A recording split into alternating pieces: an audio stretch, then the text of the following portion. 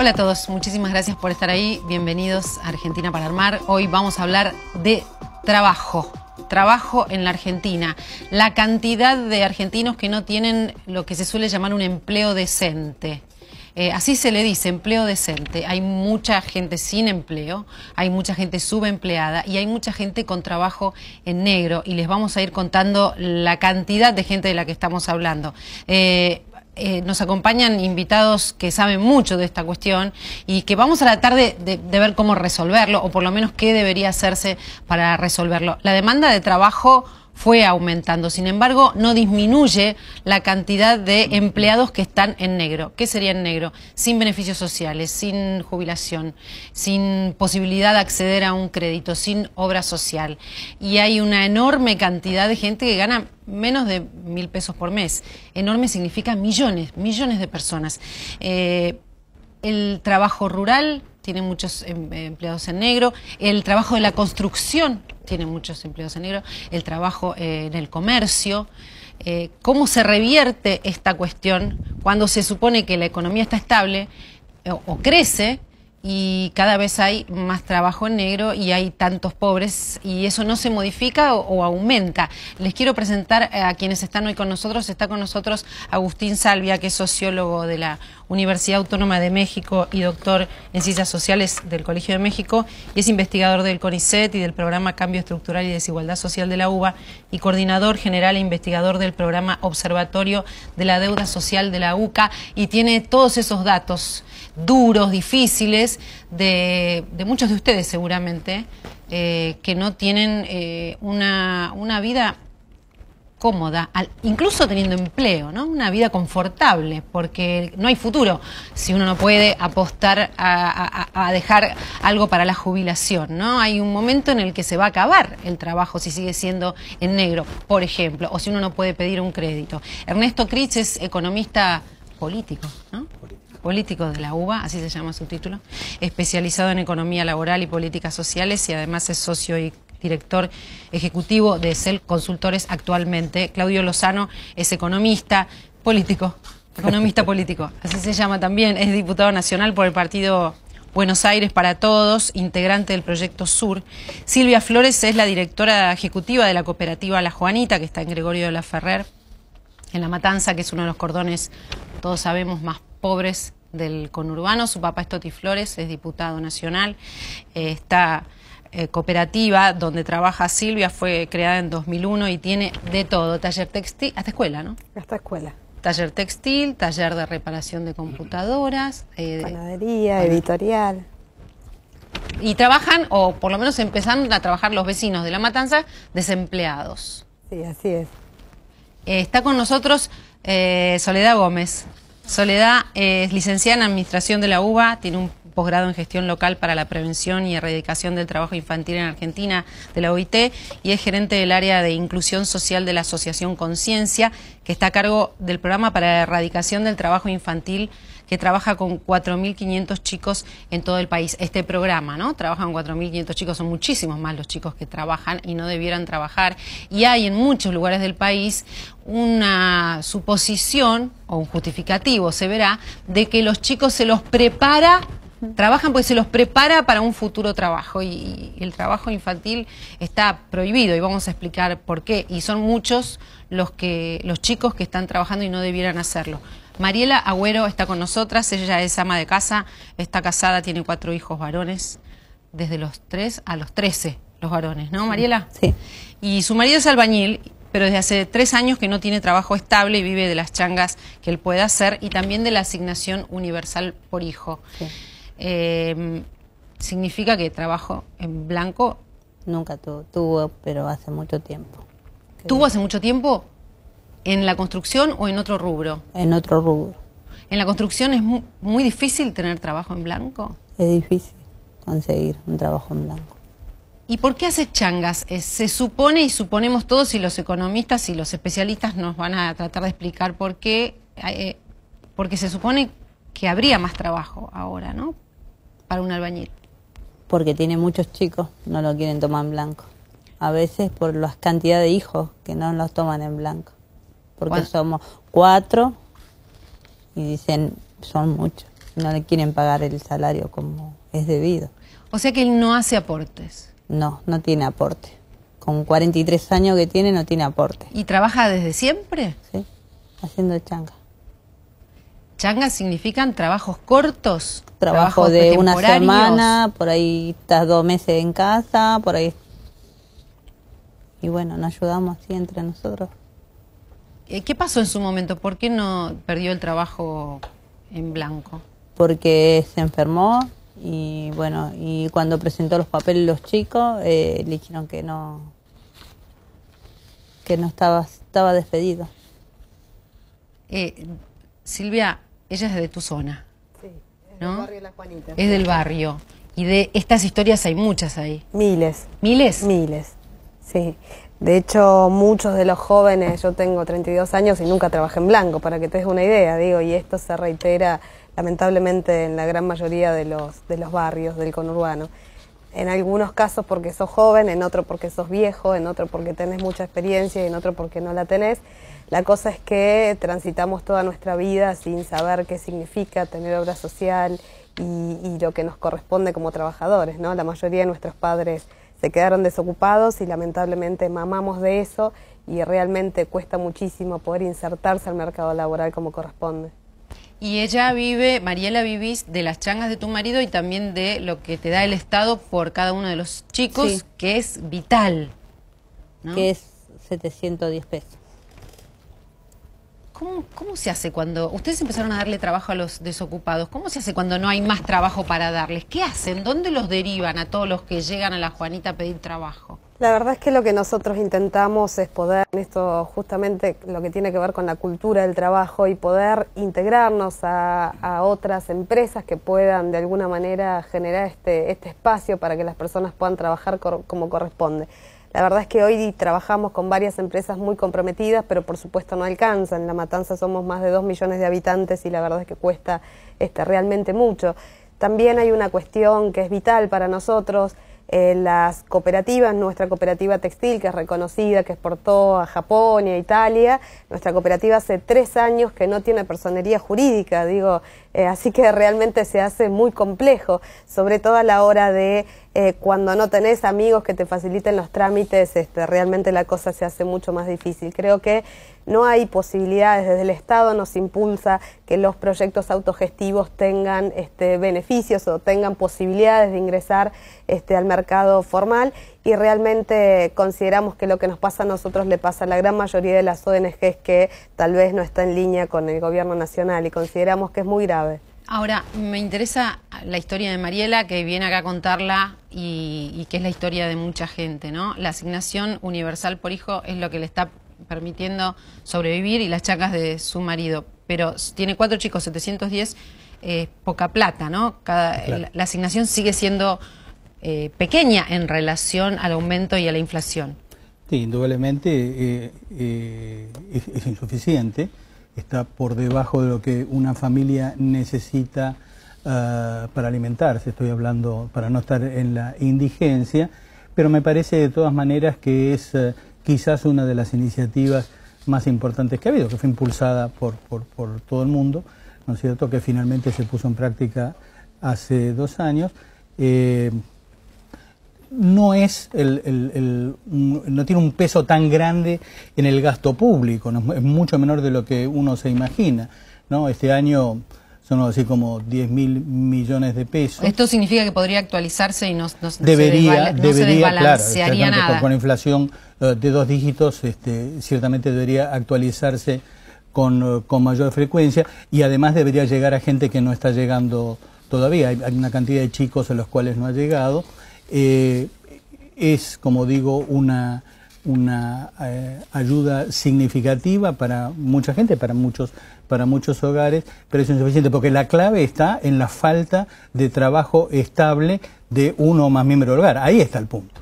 O sea, la ausencia de un trabajo estable, de un trabajo registrado, en blanco, en fin, como quieras llamarlo, es lo que lleva a la necesidad o la dependencia de transferencias públicas de este tipo. ¿Y cuál es la explicación por la que si hay un poco más de trabajo para la gente, crece también la economía en negro? A ver, una explicación posible. Crece en la medida que crece el crecimiento, hay un crecimiento económico. Crece la dinámica de los sectores más concentrados, más dinámicos, exportadores, globalizados, para sectores de altos ingresos en el mercado interno. Pero esto también implica un crecimiento de una economía que opera en paralelo a este otro sector, a veces con vínculos, más o menos vínculos, pero también espera una economía que está segmentada del resto de la economía y que también va generando mayor capacidad de trabajo, pero no necesariamente mayor capacidad de ingresos. Es decir, los ingresos para las personas que trabajan en ese sector no vienen creciendo en el mismo ritmo, en la misma dinámica que la que viene creciendo en contextos de mayor protección. Nadie defiende su salario, por ejemplo, ¿no? A mí me parece importante tener conciencia, hablando de conciencia, de que estamos hablando de más de 4 millones de personas, ¿no?, que están trabajando en negro, y en realidad, tomando el tema del crecimiento, me parece que lo que hay que decir es que si uno mira la economía argentina hoy, está 50 puntos arriba, 50% arriba de lo que estaba, por ejemplo, en el año 1997, y sin embargo, la tasa de empleo en negro está por encima del promedio de los 90. Es decir, lo que quiero decir con esto es que el empleo en negro forma parte y es funcional a la lógica con la que funciona este patrón de crecimiento. Es decir, acá hay un conjunto de relaciones sociales, hay un esquema productivo que reproduce bolsones permanentes de mano de obra ilegal como condición para garantizar el proceso de sobreexplotación de los trabajadores. Me parece que ese es un punto clave. Y me parece además que el empleo en negro es uno de los aspectos de un dato que caracteriza al conjunto del mundo laboral, que es la precariedad. Porque si uno además de los trabajadores en negro agrega a los trabajadores desocupados, agrega a aquellos que son cuentapropistas, que transitan en la informalidad, en el changueo y demás, estamos hablando de prácticamente el 53-54% del total de la fuerza laboral en el país. Tenemos unas cifras que avalan en paralelo lo que está diciendo Claudio, que son de la UCA, ¿no? El 48,2% de la población activa, o sea, alrededor de 8 millones de personas, están o en precariedad laboral o en subempleos indigentes. No tienen trabajo decente. Pero 8 incluso, millones. Si uno toma la tasa de empleo en negro, que está en torno al 33% de los asalariados, y mira lo que ocurre, porque esto tiene un impacto muy fuerte sobre la juventud. Está arriba del 56% el tema de la precariedad laboral para los jóvenes. Y ese número de casi el 50% de precariedad, en realidad para los jóvenes se va a cerca del 75%.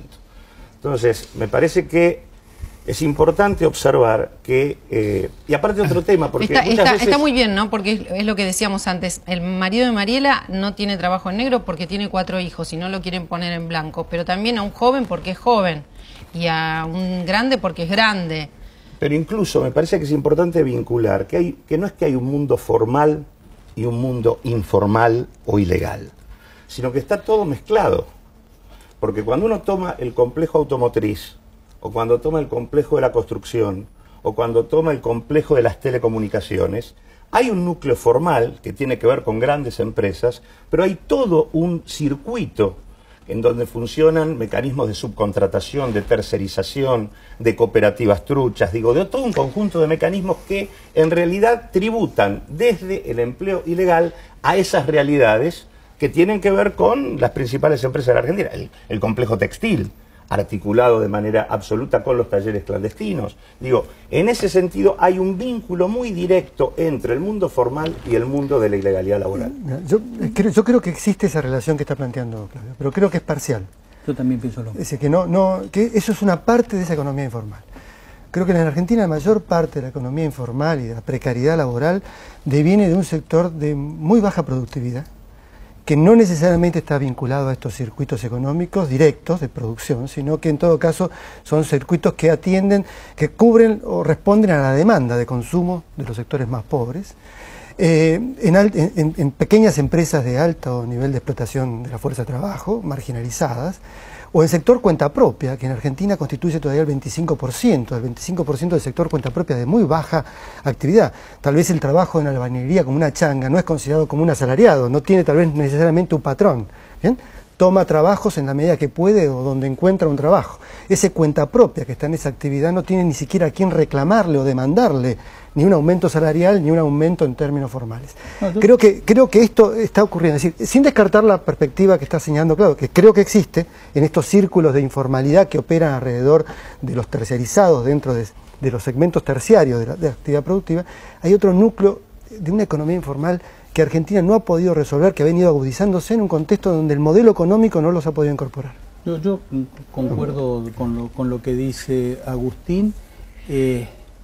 A ver, si uno examina la evolución del empleo informal, del empleo en negro, se remonta hacia atrás, encuentra que ha ido creciendo hasta llegar a un pico altísimo durante la crisis de 2001-2002, ahora bajó, pero estamos en los niveles promedio de los años 90, pero digo, si uno va hacia atrás, ve que ha ido aumentando. A fines de los años 70, comienzo de los 80, era menos del 20% la tasa de informalidad.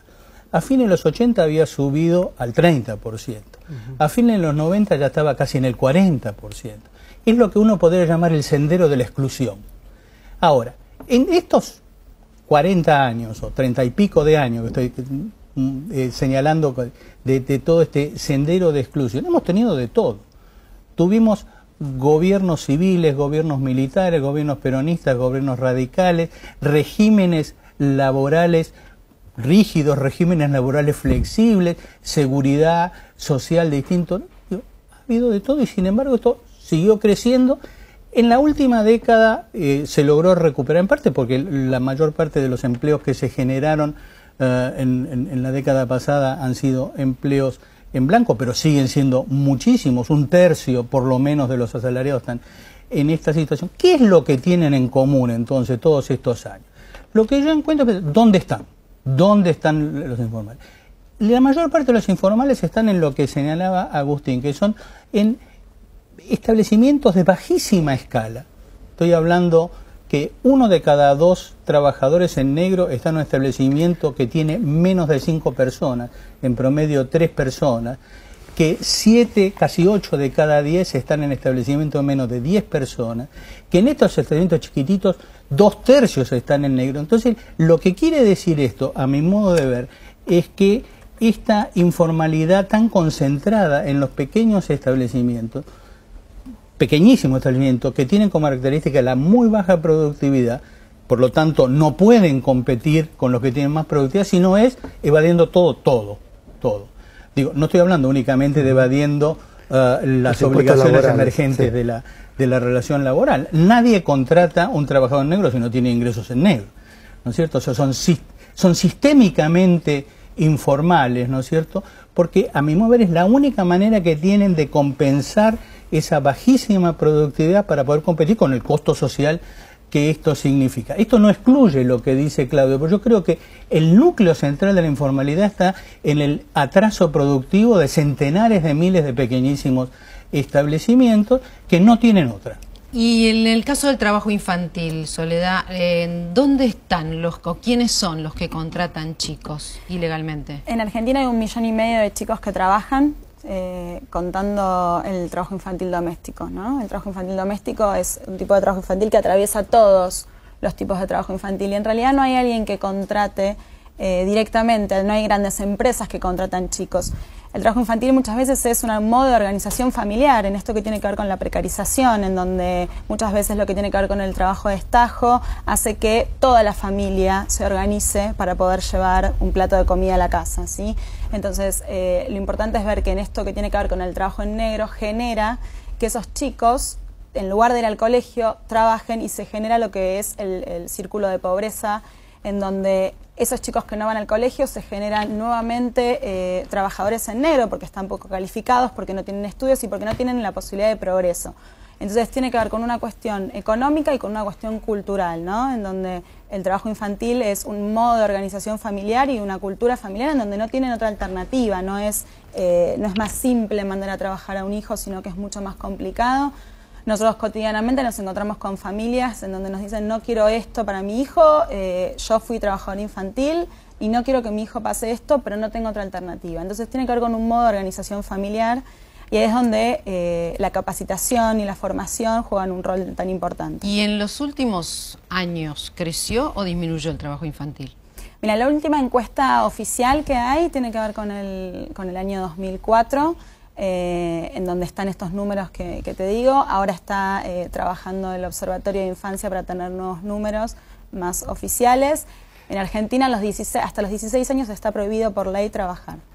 Un dato adicional a esto es que lo paradójico, el crecimiento económico en vez de generar una disminución del trabajo infantil, muchas veces genera un incremento del trabajo infantil.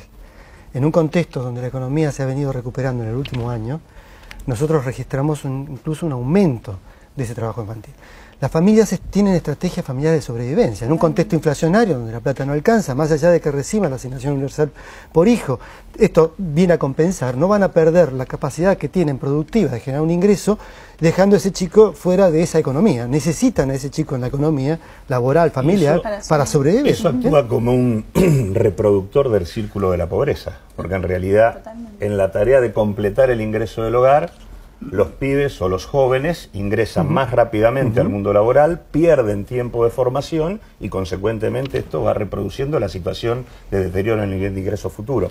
Pero yo quería volver al punto anterior. A mí me interesa antes, ya volvés, pero me interesa que nos cuente cómo es ahí en La Matanza, ¿no? Con los chicos. Sí, la verdad es que los pibes no trabajan, digo, seamos realistas, no trabajan y salen a afanar y salen a fumar paco en la esquina. Esta es la realidad que se vive en nuestros barrios. Así que la verdad es que muchas veces el padre dice, lo voy a hacer laburar conmigo para que aprenda, porque de otro lado no lo va a aprender y que pueda sobrevivir en esta circunstancia. Porque la capacitación, digamos, formal no está muy lejos, ¿no? No solo que está lejos, sino también que te dicen para qué va a estudiar si no va a poder conseguir trabajo de lo que quiere. Digamos, hoy hay personas que tienen el secundario y que no consiguen laburo, y hay universitarios que tampoco consiguen laburo. Me parece que tiene que ver con una cuestión política, meramente política, de tomar una decisión y de verdad generar las condiciones necesarias. Hay muchos, por ejemplo, planes de formación para capacitación adolescente, y la verdad es que no sirve ninguno, porque te enseñan a trabajar en un lugar que ya no existe, en la fábrica, en lugares donde ya hoy no tienen esa contención que los pibes necesitan. Hoy un pibe que aprende un oficio tiene que saber también, aquel que está enseñando, que ese pibe es un potencial delincuente o que ya está metido en la delincuencia o ya está metido en la droga, y que las opciones que tienen no son muchas. Entonces me parece que cambió la situación social y que tenemos que darnos cuenta de esto y tomar una decisión política para que las cosas realmente cambien, ¿no? Esa es la realidad del conurbano, que es importante tenerla presente, ¿no? Y es distinta en las grandes ciudades. Sí, en realidad, a ver, lo que vos decías, Silvia, en parte es muchas veces el argumento justificador del trabajo infantil, ¿no? Entre que estén en la calle delinquiendo, que más vale que aprendan un oficio y que puedan salir adelante. Y la realidad es que lo que nosotros vemos es que quizás en el conurbano se ve mucho más. Nosotros estamos en 20 localidades en todo el país y la realidad no siempre es así. La realidad es que muchas veces los chicos quieren estudiar, que los padres quieren que estudien, y lo que pasa es que la escuela no está adaptada, los docentes no tienen las herramientas adecuadas para trabajar con esos chicos y, como decías vos, trabajar con la realidad, no desde lo teórico, sino desde lo que los chicos necesitan. Y no los retienen. Y no los retienen, es una escuela expulsiva en donde no saben cómo trabajar con esos chicos que cuando no están en la escuela están trabajando, entonces llegan cansados, no tienen rendimiento, muchas veces se ausentan de la escuela porque el trabajo infantil va de la mano del ausentismo, de la repitencia escolar y como consecuencia de lo que tiene que ver con el abandono escolar. Entonces la escuela, siempre tratamos de darle herramientas concretas a los docentes para que puedan trabajar con esos chicos. No es simple para un docente trabajar con con un nene de 8 años y uno de 12 en el mismo grado. Las realidades son totalmente diferentes. Y la asignación universal por hijo viene a acompañar la inserción escolar, pero lo que falta es la capacitación a la escuela, a los directivos, a los docentes, para que puedan tomar esos chicos que se reinsertan en el sistema educativo. Claudio.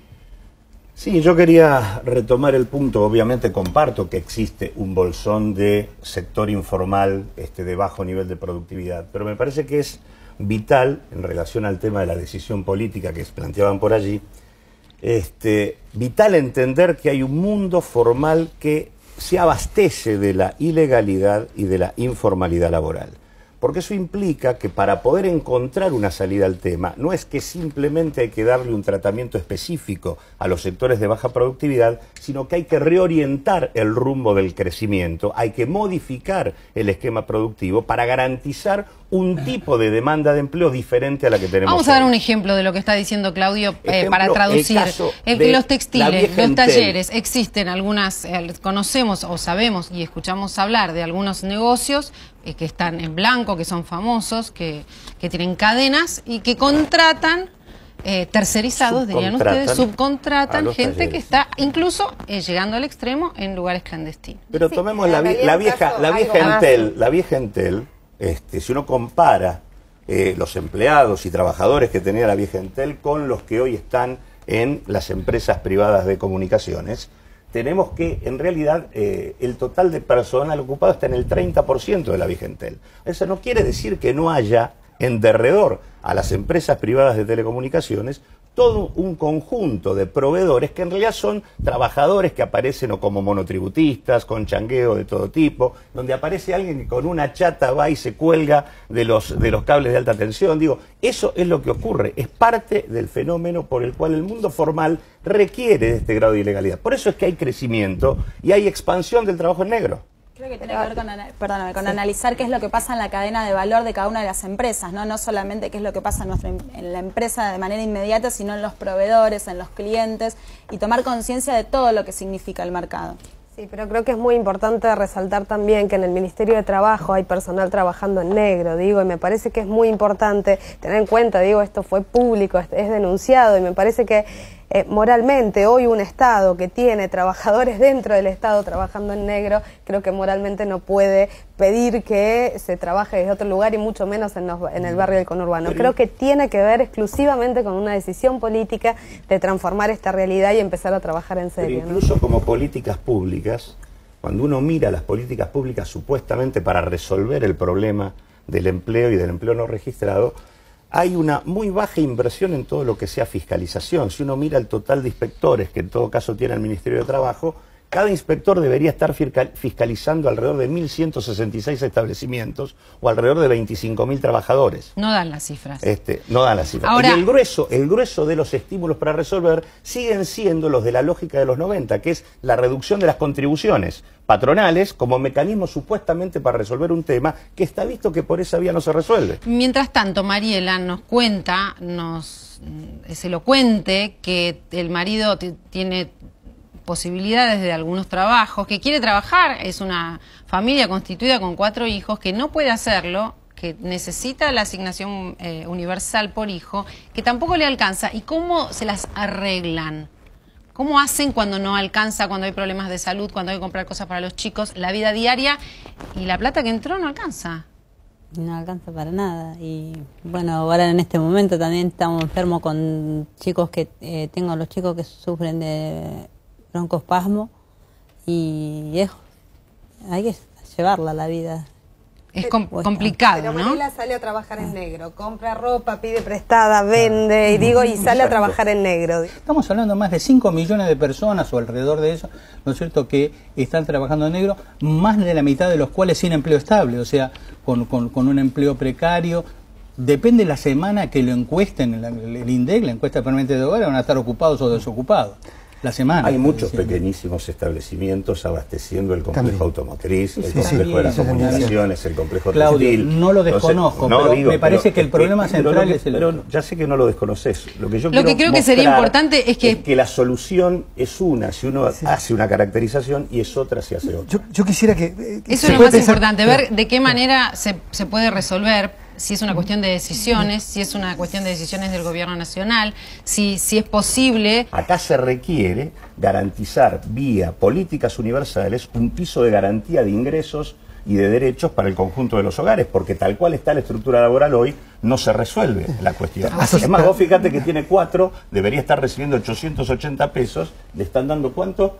710. Bueno, o sea, le están reteniendo el 20% en lugar de dárselo completo. A los asalariados formales no le retienen. Yo creo que el diagnóstico no es muy distinto si uno considera que en realidad este modelo económico que estamos desarrollando en Argentina en los últimos 20, 30 años, tiene una parte de la población que deja fuera, que no necesita como fuerza de trabajo para incorporarse a una actividad plena, productiva, útil, socialmente necesaria, una valorada, parte gigante. ¿Sí? Una parte importante, que tal vez podamos pensar que es el 30, 40, 30%, 35% de la fuerza de trabajo, que lo tiene a través de empleos precarios, marginalizados, que podrían tener vínculos con el sector formal y que deberían ser introducidos dentro de una lógica de formalización, pero hay otra parte de la población que efectivamente ni siquiera accede a esas formas de trabajo precarias pero estables, ¿bien? Relativamente regulares pero estables.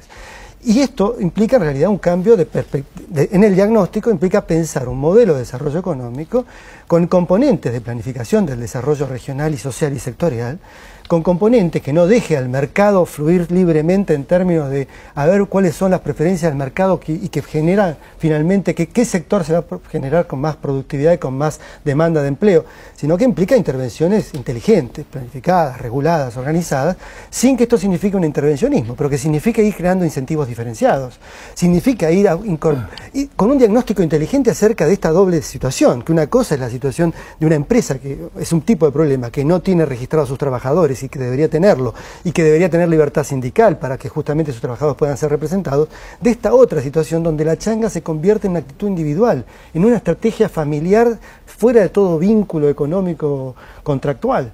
Esta situación debe ser atendida por un Estado que mientras, como dice Claudio, brinde la asistencia, que efectivamente la asignación universal ha significado una importante transferencia, pero insuficiente, pero que es también insuficiente para crear como plataforma de inclusión social. Es decir, la posibilidad de tener ingresos significa la posibilidad de sobrevivir en condiciones más dignas, pero no significa la capacidad de generar o reproducir condiciones de inclusión social.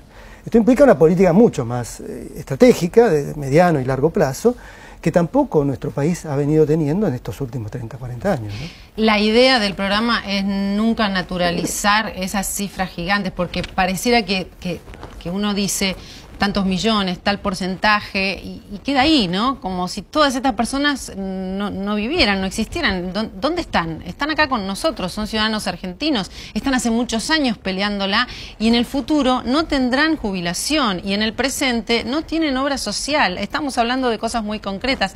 Ni llegamos a pensar en tener una casa propia porque crédito no puede tener.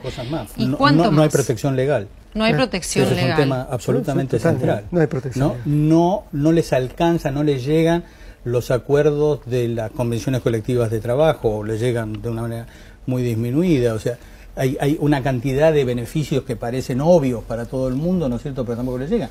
No hay vacaciones pagas, no hay licencia por enfermedad. Tienen un ingreso que es la mitad de los formales. Tienen un ingreso por hora trabajada, es decir, para el mismo nivel de calificación, no estamos hablando de distintos niveles de calificación. Para el nivel de trabajo indigente es un tercio del trabajo formal. Ahora, ¿no? A mí me parece que yo no creo que esto se resuelva planificando solamente. Tenemos estos millones de trabajadores informales, ¿no es cierto?, que en muchos casos, aun si hay buenas oportunidades de empleo, no tienen competencias como para poder llegar a ocupar uno de esos puestos. De hecho, lo que tenemos es una situación donde al lado de esta situación de precariedad, de insuficiencia de ingresos, etcétera, del lado de las empresas formales tenemos demanda laboral insatisfecha. Hay puestos que no se pueden llenar. O sea que también tenemos que hablar de la capacitación y del acceso a la capacitación. Para ponerlo de una manera muy gruesa, 60% de los trabajadores informales no completaron la escuela secundaria. En el sector formal del mercado de trabajo, 60% tiene al menos secundaria completa.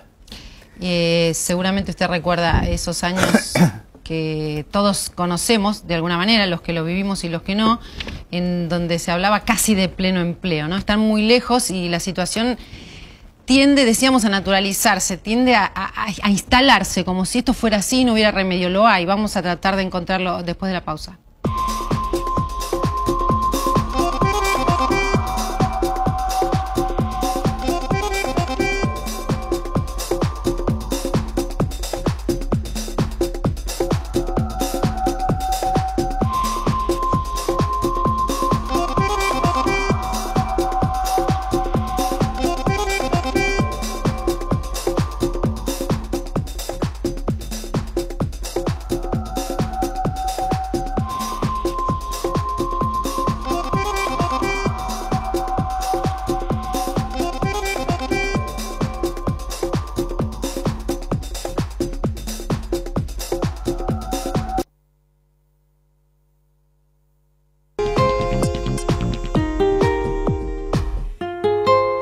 hablando de trabajo y de falta de trabajo y de trabajo precario, de trabajo en negro, de subempleo. Y cuando hablamos de trabajo hay como dos situaciones, ¿no?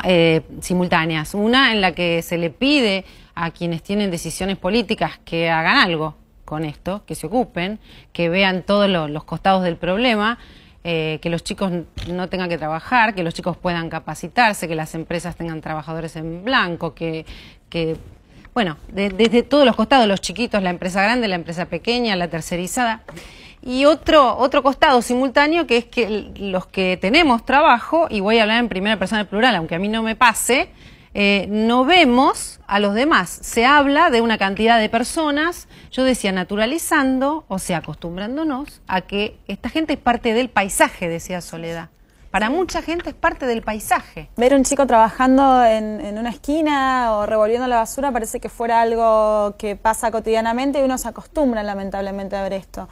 Y esto no es así, no tiene que ser normal ni parte del paisaje. Esos chicos no tienen que estar revolviendo la basura ni trabajando, sino que tienen que estar en la escuela, en una escuela que los prepare realmente para el futuro y que se adecue a las necesidades de ellos, ¿no? En donde lo teórico sea bajado a la necesidad local y a lo que los chicos necesitan para poder desarrollarse el día de mañana. En una escuela que, porque no sabe cómo trabajar con esos chicos, los pasa sistemáticamente de grado hasta que terminan la educación formal en primera instancia y no saben en muchos casos leer y escribir, que es lo que pasa. Y lo que hace el que está manejando por una avenida, o en la 9 de julio, para dar un ejemplo muy claro, es esquivar a los chicos. Sí, ¿no? sí, les pasan por al lado como si fueran... Desde hace una pila de años, sí. Un montón de años, no es 1, 2, ni 3, ni 4. Y supongo que lo mismo sucede con quienes no tienen trabajo, ¿no? Sí, también. Están ahí. Sí, y tendemos a naturalizar que sea normal. Números. Es sí, un número que una cooperativa, que por supuesto no es una cooperativa, de 60 personas ganen 1.200 pesos en el mejor de los casos, si el puntero no te quita 100 o 200 pesos, y pasamos a decir que es normal y que está bueno ganar 1.200 cuando la canasta básica, no sé, Claudio sabrá exactamente en cuánto está, pero está muy por debajo. Digo, esta es la realidad. Esto se naturaliza y lamentablemente es la situación que hoy nos toca padecer, ¿no? Y mientras tanto estamos naturalizando personas como Mariela, gente de trabajo. Y su marido, un hombre de trabajo, que manda a sus 4 chicos al colegio. Sí, los 4 van al colegio. Es un delirio. Por lo menos es un delirio, claro, para un país abierto, que se cree progresista. A pesar de las tasas de crecimiento acelerada que la Argentina ha tenido, el fenómeno de la infantilización de la pobreza sigue estando con nosotros, ¿no? Argentina es un país donde la mitad de los pobres son pibes y la mitad de los pibes son pobres. Pero me parece además que, si uno entiende que el dato del mundo laboral hoy es la precariedad extendida, que involucra cerca de 8 millones de personas, en realidad también tiene que entender que esa precariedad se traduce en la precariedad de la vida, porque lo que no hay para quienes tienen que ver con este mundo es futuro. En realidad se vive en una situación de presente perpetuo, porque en realidad no se puede planificar absolutamente nada. Los adolescentes no tienen proyecto de vida. Exactamente. Y eso, todo el tiempo hablamos de eso. O sea, ¿qué pasa con los adolescentes en donde para un adolescente la otra persona no existe? O sea, cuando uno pasa por al lado de un chico que pide, no existe. ¿Qué le pasa al otro con lo que provoca a uno, ¿no? En no mirarlo, en correrle la cara, en seguir adelante. ¿Qué proyecto puede tener ese chico que la sociedad le da la espalda y lo toma como algo habitual? Y simultáneamente pareciera que para quienes tienen trabajo formal y aparentemente estabilidad, también viven un poco el presente, ¿no? Gasto ahora porque me compro y consumo porque ya no creo en que puede el banco quedarse con mi plata o en un crédito no voy a llegar. Bueno, hoy es la inflación, ¿no? Sí. Yo creo que lo que estimula, incentiva el consumo, el boom de consumo, a mi memoria se explica en una medida muy importante porque los trabajadores formales bajo convenio tienen mayor capacidad de defenderse frente a la inflación. De hecho, pueden incluso ganarle un poco, pero al mismo tiempo cuando cobran su salario no van a gastarlo sabiendo que el mes que viene probablemente se puedan comprar mucho menos. Entonces eso hace que se incentive el consumo. No es la primera vez que esto pasa en la Argentina, ya nos ha pasado a mediados de los 90, cuando salimos de la crisis del tequila, pasó exactamente lo mismo. Y terminó todo mal. Es importante el tema de que otro dato de la precariedad es que el trabajador está solo e individualmente frente a la situación, ya sea el patrón o sin patrón identificable. Digo, no tiene la posibilidad de pensar en un colectivo organizado que le permita discutir sus condiciones laborales. O sea, que es una situación de imprevisibilidad, de falta de futuro, de absoluta individualización del frente a la situación. Pero me parece que es un conjunto de condiciones que van destruyendo de a poco la vida. Por eso es precariedad laboral, pero es precariedad de la vida. Y es lo que Soledad nos explica en relación a los chicos, ¿no? Están solos, se sienten solos, sí, sin futuro, sin respaldo, ¿no? Y creo que también es el quiebre de las relaciones sociales. ¿Qué nos pasa a nosotros cuando sale en la tele que una persona gana 5.000 pesos y pelea por ganar 6.000? Y te enojas muchísimo cuando vos ganás 1.200 o 710. La verdad que decís, no puedo creer. Y encima aumentan los salarios y los precios aumentan. Y de verdad, ese quiebre se puede quebrar en 2 minutos. Y reconstruirlos nos va a llevar años. Por eso creo que es necesario, urgente, una decisión política de empezar a construir entre todos nuevas formas que nos permitan mejorar la calidad de vida. El tema de los formales y registrados también es importante dejar en claro que hay una profunda desigualdad allí. El 70% de los trabajadores registrados están por debajo del promedio. Entonces digo, y si uno toma el conjunto del mundo laboral formal que está regido por convenios colectivos, no más del 30% de los trabajadores de la población laboral tiene convenio. Una aclaración, digo, para lo paradójico de la naturalización en un contexto en donde los últimos 20 años viene aumentando la desigualdad de este sector informal y precario frente al sector formal. En términos generales, lo que se observa es que mientras que los sectores informales de la economía en el año 92, manteniendo constantes sus ingresos, esos sectores informales hoy ganan un 20% menos o 30% menos que lo que ganaban en el 92. ¿Bien? Mientras que los sectores formales de la economía están ganando un 20-30% más. ¿Pobres o son cada vez más pobres? Exacto, sí, son cada vez más hay un proceso de mayor separación de estos dos mundos. Y se expresa no solo en el ingreso, sino en el mundo de vida, en las condiciones de trabajo, en el tipo de trabajo informal que realizaban a principios de los 90 o en los 80 y lo que pueden realizar hoy. Y en este contexto incluso en los riesgos laborales. Hoy por hoy hay 3 de cada 10 argentinos experimentan una situación de desocupación en los últimos 12 meses. Cuando vamos al 25% más pobre, esto llega casi al 6 de cada 10 argentinos. Del 25% más pobre está desocupado. Estando ocupado, estuvo al menos desocupado una vez en el último año. Por la inestabilidad. Por la inestabilidad laboral de ese sector. Mientras que el sector formal tiene cada vez menos inestabilidad laboral. Esta polarización de la sociedad justamente entra a jugar paradójicamente en este contexto de naturalización. Los interrumpo porque quiero compartir los auspicios de Argentina para Armar. Banco Galicia, cada día más. Sí. No es una polarización de la sociedad. Digamos, lo que hay que marcar es que es una polarización de los asalariados. O sea, lo que tenéis es un aumento de la desigualdad entre los asalariados formales y los informales. Sí. Pero asalariados y no asalariados. Pero digamos, mientras vos tengas alrededor de un tercio o hasta un 30%, digamos, de informales, eso te explica por qué tenés 25% de pobreza. Porque a diferencia de lo que pasó durante la crisis, los pobres hoy no son desocupados. El grueso de los pobres son ocupados. Pero digo, si vos tenés hoy un Producto Bruto que es un 50% mayor que el que tenías en el 97 y tenés una tasa de empleo en negro que está por encima del promedio de los 90, en realidad lo que te está diciendo eso es que este patrón de crecimiento no resuelve ese problema. Exacto. No resuelve. Eso sí, tenés que discutir, reorientar este patrón de crecimiento, porque si no, no puedes esperar las calendas griegas para resolver el punto. Y el tema es que esta precariedad, en realidad, la precariedad del mundo laboral es la que está por detrás de un hecho que desde hace ya, yo diría, 15 años por lo menos, hay un 20% de la población en la Argentina que cayó bajo la línea de pobreza y no salió más. Hay un proceso de intensificación de la situación de pobreza que se vive en los barrios populares y es cada vez peor. Y esto es lo que nos trae de ejemplo Silvia y nos trae Mariela, ¿no? Este porcentaje que está como detenido, ¿no? No evoluciona. Claro, estas historias en el cordón bonaerense que siguen siendo iguales, ¿no? De gente a la que no le alcanza la plata para terminar el mes. Que son generaciones también. Que se va, generación tras generación se va repitiendo esta situación y empeorando cada vez más. O sea, son varias generaciones.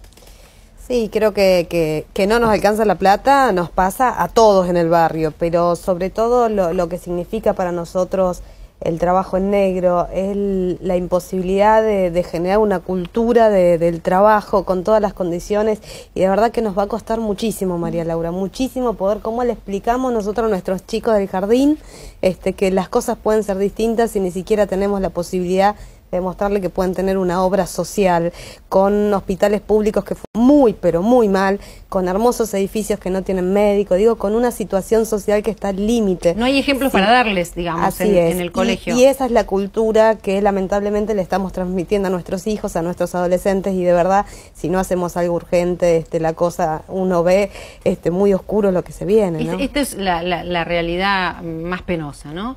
Una comunidad, o muchas comunidades, pero hablando de lo que nos cuenta Silvia, donde no hay ejemplos para darles, porque los padres de esos chicos no tienen trabajo, y si tienen trabajo no es un trabajo formal, por lo tanto no se les puede hablar de jubilación, no tienen obra social. Y cuando intentás, por ejemplo, los emprendimientos autogestivos, que vos decís, bueno, es una salida para paliar la situación, y la verdad es que después no podés pagar los impuestos, y entonces el emprendimiento se funde y una nueva economía frustración social de la pobreza para la sobrevivencia, no para salir de la pobreza. Así es. Pero aparte digo, la situación de precariedad, este mundo laboral que tenemos, obliga a pensar replanteos institucionales. Primero en el campo de las políticas públicas, porque todo el sistema de políticas sociales en la Argentina estuvo estructurado sobre la base del predominio del mundo formal y consecuentemente de que el acceso al trabajo implicaba el acceso a coberturas sociales y previsionales. Hoy es imprescindible gestar políticas universales que permitan resolver ese punto. Y el tema de la situación de los trabajadores, en realidad, hoy el mundo asalariado formal es una proporción muy chica respecto al total de la fuerza laboral, y consecuentemente esto pone en crisis, por ejemplo, al sindicato. El sindicato, como herramienta de organización del conjunto de los trabajadores, entra en crisis también. En el caso, por ejemplo, de la CTA, la idea de la afiliación directa del trabajador a la central permite incorporar a los trabajadores precarizados como sujeto organizado. La idea del sindicato que afilia solamente a trabajadores formales no permite organizar un colectivo laboral que permita discutir políticas públicas que se hagan cargo de este tema. ¿Cómo salir de esto? También es cierto que hay que cambiar el diagnóstico. Si pensamos que la Argentina real es la Argentina del crecimiento, del consumo, donde ha habido mejoras laborales importantes en estos últimos años. Sí, por eso, si solamente pensamos que esa es la Argentina real, ahí ya estamos mal, porque vamos a suponer que con el mero crecimiento económico vamos a resolver estos problemas. Y estos problemas el crecimiento económico no los resuelve. Sí, y sin crecimiento tampoco. Ojo, es cierto, también. Pero digo, no desvaloricemos la importancia esencial del crecimiento. Me parece, sí, es claro que con mucho crecimiento podemos seguir teniendo problemas sociales significativos como los que tenemos, pero nos da la posibilidad de políticas que permitan resolverlo. No hay crecimiento. Silvia, disculpa, no hay y en realidad en más tal o vez menos. No comprendo mucho cuando hablan de crecimiento, no. La verdad es que la situación en el barrio está igual que en los 90 y cada vez peor, porque ya son generaciones que crecimos y nos criamos y hoy vivimos esta situación. Y cuando hablan de crecimiento, la verdad es que uno se pone mal porque dice, ¿qué es lo que está creciendo? Bueno, a alguien le está yendo bien. Bueno, a alguien que no... Lo que es cierto es que si no hubiese habido marcas. Crecimiento sería mucho peor, si no hubiese habido planes asistenciales de asignación universal, la situación... A ver, en el 2012 estábamos mucho peor. La Argentina comparada con el momento de la crisis 2001 y 2002, uno puede decir está relativamente mejor, pero la Argentina que tenemos no es la que necesitamos. 6 de cada 10 hogares tienen problemas para llegar a fin de mes. Ni la que podríamos tener con la riqueza y las capacidades que tenemos. Yo sigo sin entender, si esto es crecimiento, la verdad que no me gusta, perdónenme, pero en el barrio seguimos de las mismas condiciones. Y la asignación debería ser universal, que no lo es, porque todos conocemos cómo es el manejo clientelar de los planes asistenciales y que hay personas que tienen hijos que no le corresponde y que figuran en el ANSES, por ejemplo. Hoy hay 3,5 millones de pibes que están afuera de la asignación universal. Otros que no pueden ingresar. Nosotros en el barrio La Juanita somos 25.000 habitantes y tenemos un solo jardín estatal, por lo tanto todos los que no van al jardín se quedan sin la asignación. Digo, un montón de cuestiones que realmente hoy dejan muchísimo que desear y que a uno me encanta el tema de la asignación y me parece que está muy bien. Creo que debe ser para todos, creo que tenemos que trabajar muy profundamente en pensar una política de Estado con un real objetivo que es transformar esta realidad. No actos políticos y se supone que va a estar todo bien y que estamos creciendo cuando en los barrios seguimos viviendo en las mismas condiciones. Hoy una persona gana la asignación y por otro lado un kilo de carne le sale 40, 50 pesos. Si quiere volver a ver el programa www.tn.com.ar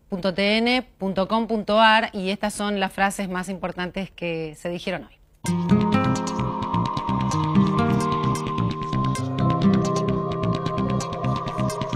Si bien la economía crece, también crece la tasa de trabajo no formal, que hoy supera a la que se registraba en los 90. El empleo en negro forma parte y es funcional a la lógica de este patrón de crecimiento. El trabajo precario no goza de derechos sociales como jubilación, vacaciones pagas, licencia por enfermedad y protección legal. El trabajador informal además percibe la mitad de lo que percibe un trabajador registrado. El trabajo formal y el informal están mezclados. En todas las actividades hay un núcleo formal y un circuito de tercerización, subcontratación y cooperativas truchas. Hay un mundo formal que se abastece de la informalidad. Si bien la precariedad laboral atraviesa todos los niveles, impacta en gran medida en los jóvenes. Y hay un sector cuentapropista que el modelo económico no ha podido incorporar. El trabajo infantil tiene que ver con un modo de organización familiar y genera un círculo vicioso. Saca a los chicos de la escuela y los mete en el circuito de la precariedad laboral. Cada día hay más adolescentes que dejan el colegio para trabajar. La precariedad del trabajo se traduce en precariedad de la vida. Se vive en un presente perpetuo en el que no se puede planificar nada. El trabajador está solo, en una situación de gran imprevisibilidad.